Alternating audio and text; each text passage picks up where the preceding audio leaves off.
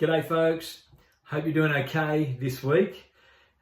This coming Sunday we are back to our normal pattern of 10 a.m. and 5 p.m. gatherings together at the church building.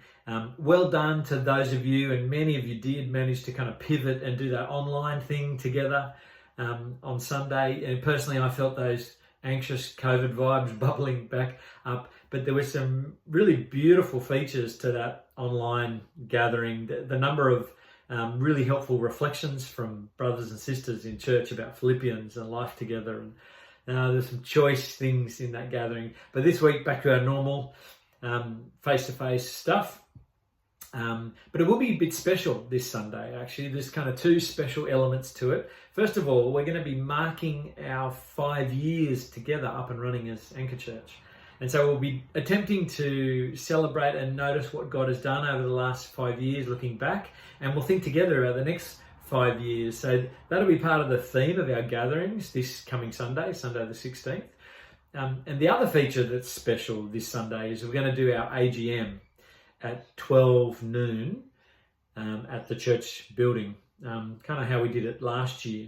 And so what we're doing is we're encouraging everyone from 5 p.m. and 10 a.m. to come together for our AGM, our annual general meeting. There will be some food provided before that meeting around 11:30. You're welcome to come, get some food, have a short bite of eat together, and then have our meeting upstairs. There'll be an AGM booklet where ministry reports and finance reports are provided. There'll be a chance to vote.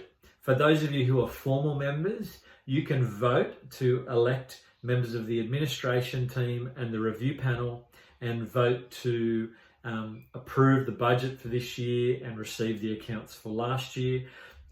But we want to encourage everyone who's part of Anchor to come to the AGM, not just formal members who can vote, because it's a great opportunity for us to reflect together on all that God is doing through Anchor, and take responsibility together for financial decision making and thinking about the future and what it's going to take for us to keep moving forward and grow the gospel here on the Coffs Coast. So everyone come, formal members can vote, but everyone gets to look at the booklet, and there's time to ask questions and time for a bit of discussion. And we'll be thinking about a bunch of things together. So that's this coming Sunday. In this email, just below this video, there will be links to the ministry report and the finance report. So you can prepare for the meeting by having a good read through that, and you might even bring a few questions if you've got some. Also, if you're not a formal member and you'd like to become one, there's a link there to apply to become a formal member. You don't need to be a formal member to function as a member of the spiritual family of Anchor Church.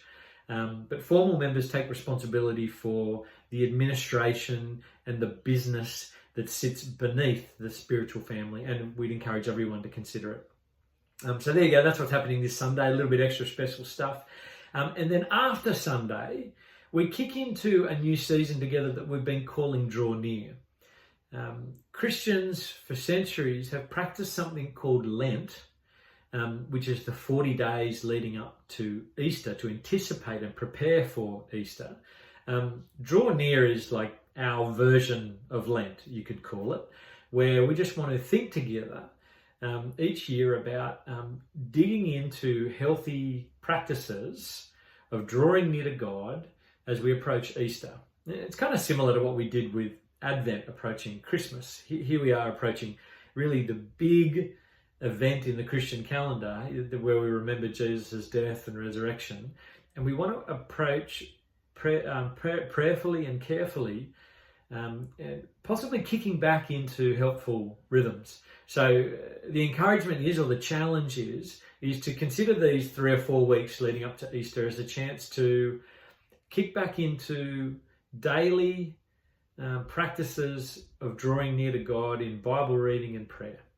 There's a whole range of other practices you can put in place. The challenge is to actually attempt to pause 3 times a day for prayer, even if it's just a very short moment of prayer.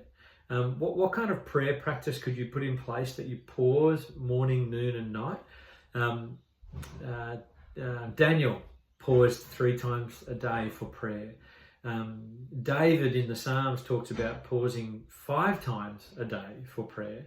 And that might seem just too much for you. So have a think about what might be manageable and what might be a helpful, healthy step for you to take to make the most of this season together.